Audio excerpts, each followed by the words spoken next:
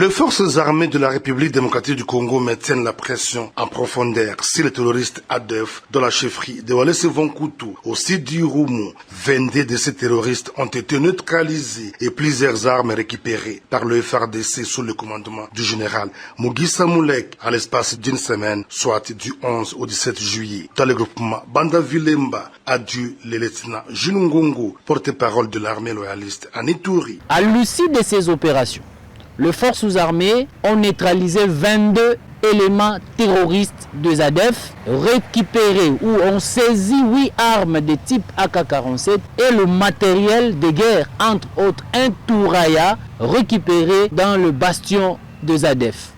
Pour le moment, les forces armées poursuivent avec les opérations de ratissage dans la zone.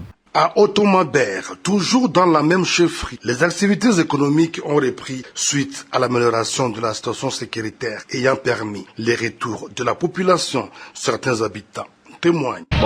Hewa ya hapa kwanja depuis Leopard ilifika tunapima pata kwa salama kidogo. Sina basoda kwanja hatuya hamakiana kwanja tungali kwa na kimya. Basoda biko natumika tunasiba kubwa baongeze nombre ya basoda kusudi baweze kutawanyika hata ku mashamba na sie bakulima tupate wakati ya kufanya kazi ya mikono. Baraya benjango mera basi tu basi tuungane pamoja na wajeshi letu.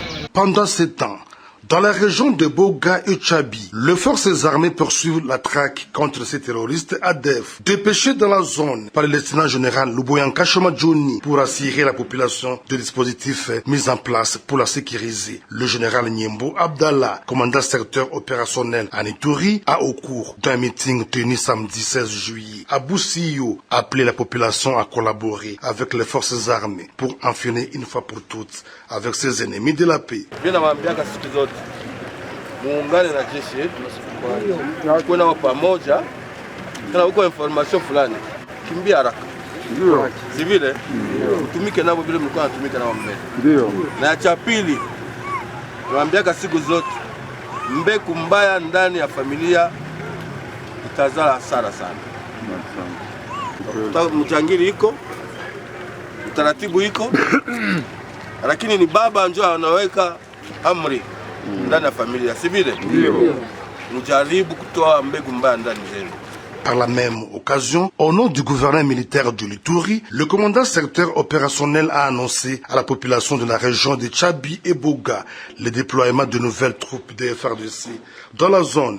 Na kwa jina la gouverneur de province tulikuja hapa kuwapatia pole na kuambia kama jeshi yenu iko hapo jua kubalinda Tchabi, Bosio na sehemu zote. Na kuambia kama mkuu kwa roho baridi. Na tukiwa na jeshi lingine ambayo itabaki itaendelea kutumika kazi. Cette visite de compassion et de réconfort moral saluée par la population locale qui réaffirme son soutien aux animateurs de l'état de siège pour leur promptitude dans les différentes interventions. Tunashukuru sana serikali ya Kongo kutokana na pole mnayo tukatuletea. Sasa mkubwa kwa tunapenda ongeza hata imiliki pande ine za mgini huu huko Sengi huko ngambo huko kote vrema tunapenda utusaidie omwe leo wala kesho majeshi fika hapa na sisi tuko tayari kutumika na jeshi. Asante. La mission du général Nyembo Abdallah, commandant secteur opérationnel de l'Ituri, dans cette région de Tchabi prouve en suffisance la détermination du commandant des opérations militaires en Ituri, le lieutenant général Luboyanka Shomadjoni, à restaurer la paix sur l'ensemble de la province, conformément à la vision du chef de l'État, Félix Antoine Tshisekedi Tshilombo, qui ne ménage aucun effort pour le retour de la paix à l'est de la RDC.